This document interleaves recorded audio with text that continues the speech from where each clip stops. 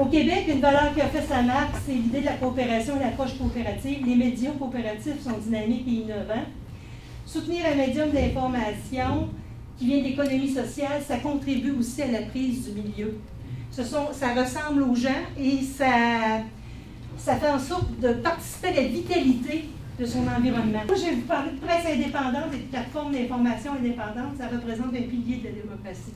Donc, soutenir aussi une presse indépendante, même s'ils ont un petit marché, c'est la gratuité. Donc, les abonnements, la publicité, c'est leur revenu. Il faudrait se poser la question, est-ce qu'on est prêt à s'abonner pour encourager nos journaux locaux, comme on le fait sur un quotidien ou etc., mais ça serait peut-être un moyen aussi de les financer et de les aider. Ce dérapage est très différent justement parce qu'on a des journaux coopératifs, ce qui n'existe pas ailleurs. Pour d'abord vous dire, Loi Blanche, c'est un journal coopératif, un des rares journaux, puisqu'on est 5 au Québec, constitué d'une dizaine d'employés, créé en 1990. C'est un journal privé qui a été acheté par des membres producteurs à un privé. Aujourd'hui, nous avons 120 membres commerçants producteurs du journal. Donc c'est un hebdo qui est devenu, je pense, une référence régionale et on aimerait que plusieurs régions en fait, au Québec continuent dans ce développement-là. Donc les solutions qui restent pour les différentes régions qui veulent avoir des informations locales, c'est ou bien de vendre leurs journaux à des multinationales, ce qui arrive dans les derniers mois, ce qui arrive souvent, ou bien une région pourrait faire des efforts aussi en tant qu'autorité locale pour acheter des indépendants et les transformer en coopératives, pour en faire ce qui s'est passé à Montmagny il y a 22 ans maintenant, pour en faire des journaux coopératifs qui appartiennent au milieu, ou bien créer des nouvelles coopératives. Ça, c'est les 3 points en fait, que les régions vont avoir à réfléchir. C'est sûr que c'est chacune des régions du Québec qui est responsable un peu de son avenir médiatique, on va dire. Une question qu'on se pose finalement, à savoir, va-t-on vers des médias communautaires ou vers des médias... Tu sais, la concurrence sur nos territoires, là, c'est pas évident pour les organisations, là. On a comme une compétition entre notre sens éthique là, du mouvement coopératif et d'aller vers des médias communautaires et en même temps notre réalité économique d'organisation.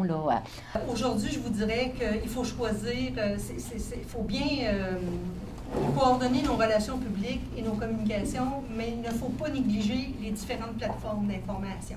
90% des nouvelles dans les médias locaux sont souvent les mêmes nouvelles.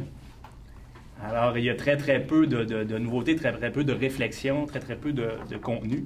Donc, on traite simplement les communiqués des organismes régionaux, peut-être d'une façon juste d'une langue différente, mais il reste que le contenu est le même, donc ça amène, je pense, une certaine forme de désintérêt.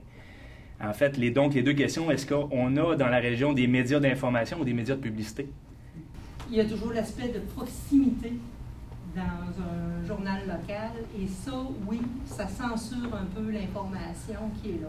Par contre, aujourd'hui, avec l'ensemble de plateformes, de parler tout à l'heure du journaliste citoyen, ça vient tranquillement ou démocratiquement contrer un peu ce phénomène-là. La question, c'est de savoir, c'est où les sources pour avoir l'information régionale? Celles-là, elles sont plus rares. Parce que dans une région, si on prend Montmagny-Lillet, à part Montmagny-Lillet, on ne parle pas de Montmagny-Lillet. Il n'y a à peu près personne dans un journal de Québec ou de Montréal, ou même de Lévis. Je ne vois pas même Sandra qui est là. Mais je pense que Sandra ne parlerait jamais de Montmagny-Lillet dans Lévis. Ça n'intéresse pas les gens de Lévis. Donc, à un moment donné, l'information régionale, elle se trouve évidemment dans les journaux régionaux. Puis par contre, c'est vrai qu'il y a, vous voyez, il y a 2 points que vous soulevez. Il y a peu de dossiers de fond et peu d'éditorial dans les journaux régionaux. Ça, c'est lié au fait que les milieux sont petits puis c'est risqué. Comment amener le mouvement coop et mutualiste, moi je vais l'ajouter, à s'unir pour avoir un poids dans les médias comparable à l'entreprise privée? Parce qu'il y avait une question de poids et je pense que toute la question de comment arriver à faire sa place pour avoir droit à la nouvelle, c'est peut-être pas toujours clair. Demain matin, est-ce que le mouvement coop et mutualiste est assez fédéré pour, ça sera peut-être pas un journal, ça sera peut-être un site web, est-ce qu'ils auront un moyen de vendre ce qu'ils ont à vendre? Il faut d'abord définir ce qu'on a à vendre, puis après ça, il faut choisir le moyen qu'on prend, mais ça se peut.